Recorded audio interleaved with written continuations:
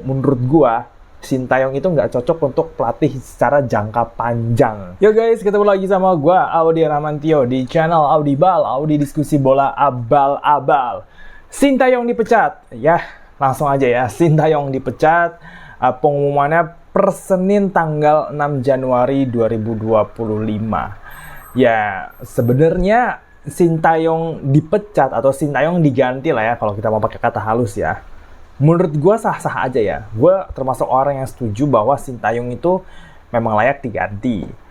Tapi untuk timingnya sekarang itu agak debatable ya. Karena di satu sisi Indonesia masih di tengah jalan kualifikasi Piala Dunia 2026. Tapi di satu sisi kalau kita ngelihat ya, cara bermainnya timnas Indonesia memang agak mengkhawatirkan gitu. Jadi untuk netizen ya, untuk lo pada nih yang ngelihat Sintayong hanya dari hasil, ya memang kalau gitu tipikal fans-fans bola Indonesia pada umumnya gitu, yang melihat segala sesuatu tuh hanya dari hasil menang. Memang dia memberikan banyak prestasi ke kita ya. Kita bisa lolos sampai semifinal Piala Asia U23.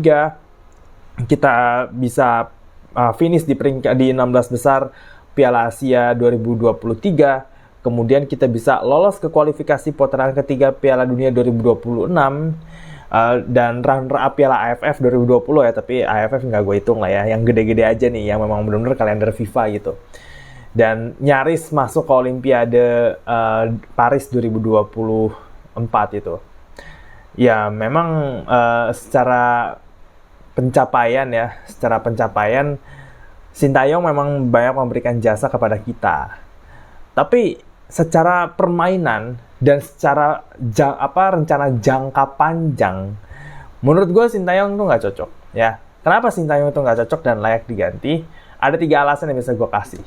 Sekarang bakal gue utarain satu-satu. Tapi biar nggak pada emosi, biar nggak pada wah Sintayong dia udah pecat bla bla bla, santai ya, kita ngopi dulu. Udah lama nih gue nggak video ini sambil ngopi ya. Oh iya, ini bukan sponsor lo ya. Tapi kalau ABS mau sponsorin juga boleh. Oke, alasan nomor 1 adalah gak mau mengganti skema permainan. Jadi Sintayong ini kan selalu pakai formasi 3-4-3 ya. Di banyak pertandingan barengan sama timnas Indonesia. Ini kalau gue lihat catatan dari Transfermarkt ya, Sintayong itu pakai 3-4-3 itu hampir di semua pertandingan resmi ya. Paling yang pakai 4-4-2 ini cuma pas lagi lawan Brunei ya, kualifikasi Piala Dunia 2026. Sisanya 3-4-3 semua ya, 3-5-2, 3-4-3 dan segala variasinya lah gitu kan.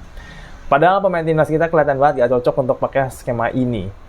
Dan kelihatan waktu lawan kita di kualifikasi Piala Dunia 2026 itu memang nggak cocok ya, kreativitasnya kurang, kemudian daya serangnya juga tidak dahsyat gitu maksud gue.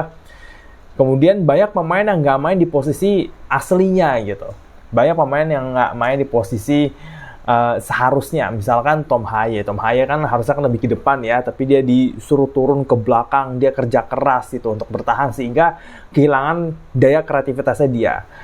Habis itu banyak lagi lah gitu kan. Dan memang sebagian besar pemain timnas Indonesia terutama yang dari diaspora itu nggak biasa main pakai sistem 3 back ya, biasanya main pakai 4 back. Pun sebagian besar pemain timnas kita, dan secara skill dan sama potensi pemain timnas itu lebih cocok main pakai 4 back ketimbang 3 back gitu.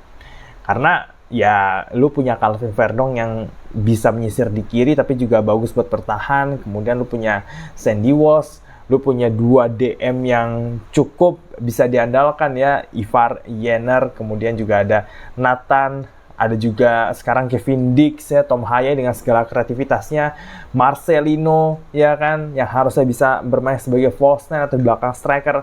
Maksud gue kayak dengan 3-4-3 ini yang nggak berjalan dengan baik, terutama waktu lawan Bahrain sama China, dan dia nggak mengubah itu gitu loh. Maksudnya saat lu punya sistem permainan dan itu nggak berjalan di satu pertandingan atau pertandingan lainnya, ya lu coba untuk bikin perubahan sedikit lah gitu kan. Dari 3-4-3, oke, kita ganti nih ke 4-2-3-1 atau 4-3-3. Toh timnas Indonesia dari dulu mainnya kan pakai 4 back kan, nggak pernah main pakai 3 back kan. Mungkin pernah tapi jarang gitu. Tapi dia nggak ganti, tetap dipaksain. Bahkan waktu di Piala AFF, puncaknya Piala AFF kemarin, oke lah itu bukan kalender FIFA, oke lah itu bukan prioritas, tapi kelihatan dari segi permainan nggak ada patternnya sama sekali. Nggak ada patternnya sama sekali, nggak ada bentuknya, nggak ada skemanya tuh kayak gimana. Gaya permainan tuh nggak jelas gitu. Bahkan banyak pemain tuh yang bingung dan keluar dari posisinya. Kelihatan bahwa sistem 3-4-3 ini nggak cocok di timnas Indonesia dan Sintayong nggak mengubah itu. Dia tetap paksain pemainnya untuk pakai sistemnya dia. Itulah kenapa akhirnya menurut gua Sintayong itu nggak cocok untuk pelatih secara jangka panjang, karena dia tidak menanamkan sebuah gaya permainan atau kayak filosofi sepak bola yang bisa long lasting, yang memang menjadi identitasnya timnas Indonesia, yang dimana bisa memaksimalkan semua potensi-potensi pemain kita gitu. Nah, dia itu nggak bisa di sisi yang itu. Nah, ini akan berhubungan dengan alasan yang kedua, yaitu adalah tidak bisa melihat potensi pemainnya sendiri. Dia itu nggak tahu kalau Arhan itu, Pratama Arhan adalah seorang bek kiri dan Asnawi Mangkolam tuh seorang bek kanan gitu kan. Tapi ini nggak posisinya dibalik waktu di Piala AFF ya. Waktu lawan siapa tuh? Lawan Myanmar Lawan Myanmar, lawan Laos juga kan ditukar gitu. Ya mungkin pemainnya berusaha untuk adaptasi, tapi kan secara natural Pratama Arhan tuh seorang bek kiri dan Asnawi seorang bek kanan, tapi kok diputar posisinya ya, ditukar gitu loh. Ya Asnawi di kiri, Arhan di kanan, itu aja udah kelihatan. Kemudian penempatan Marcelino juga, ya dia cocok sebagai seorang false nine, main belakang striker. Kok ini disuruh jadi pemain sayap, suruh ngelebar dan segala macam. Daya kreativitasnya dia tuh berkurang. Kemudian pemain belakangnya juga diputer-puter terus posisi yang nggak ada yang firm. Kadang Justin Hubner jadi back tengah bagian kiri, kadang dia jadi DM, kadang Nathan juga kadang main di tengah, kadang main di belakang. Pemain itu pasti punya potensi terbaiknya untuk memainkan sebuah posisi dan berperan di atas lapangan. Mereka punya potensi itu. Nah, pelatih itu tugasnya adalah mengasah potensi-potensi mereka, menempatkan mereka di posisi yang terbaik untuk mereka, dan terus dimainin di situ sampai dia mantep, bukan dipindah-pindahin dan dieksperimen terus gitu loh. Maksudnya kayak nggak pernah tuh dari satu pertandingan ke pertandingan lainnya tuh kayak starting line up itu bener-bener udah firm gitu. Ini digonta-ganti terus. Jadi Sintayong tuh sampai Piala AFF kemarin itu belum paham potensi pemain Indonesia tuh baiknya tuh ditaruh di mana, diberikan peran seperti apa.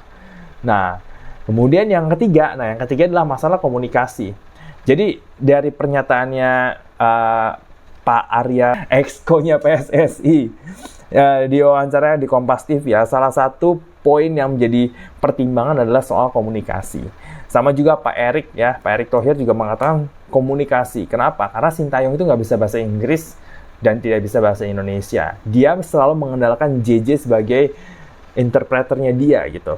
Nah, ini kan jadi masalah. Jadi Sintayong tuh nggak bisa ngasih tahu atau nginstruksiin pemainnya secara langsung, ngomong secara langsung, heart to heart gitu. Mungkin kalau lewat interpreter bisa dipahami, tapi tetap aja kan personal komunikasi itu tuh penting banget antara pelatih sama pemain gitu. Ini gue kasih sudut pandang gue sebagai interpreter ya, karena gue pernah kerja sebagai penerjemah bahasa Jepang, interpreter, jadi gue paham posisinya si JJ kayak apa.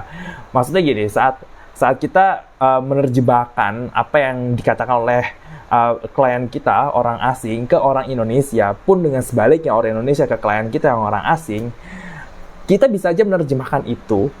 Kita juga bisa harus menjadi wajah dari klien kita. Kalau misalkan, katakanlah JJ, kalau misalkan Sintayong marah, ya dia juga harus ikutan marah ke pemain timnas. Kalau pemain timnasnya tuh kayaknya tuh lagi stres, depresi, ya JJ harus bisa bener-bener ini apa namanya, menunjukkan emosi itu. Tapi kan tetap kan kalau melalui perantara tuh kayak nggak smooth aja gitu kan. Interaksi antar manusia kan harusnya kan 1 lawan 1 ya, bukan lewat perantara gitu.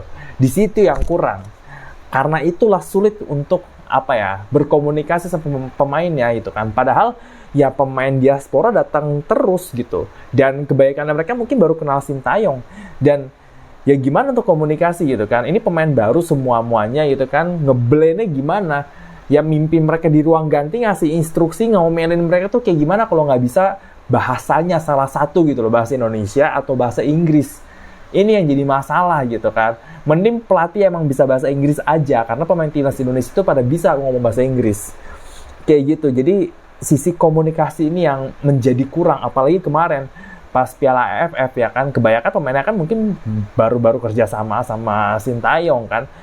Ya gimana mereka bisa ngerti gitu kan apa yang diinginkan Sintayong. Mungkin JJ bisa nerjemahin tapi tidak sepenuhnya apa ya, nggak sepenuhnya mungkin tersampaikan lah gitu.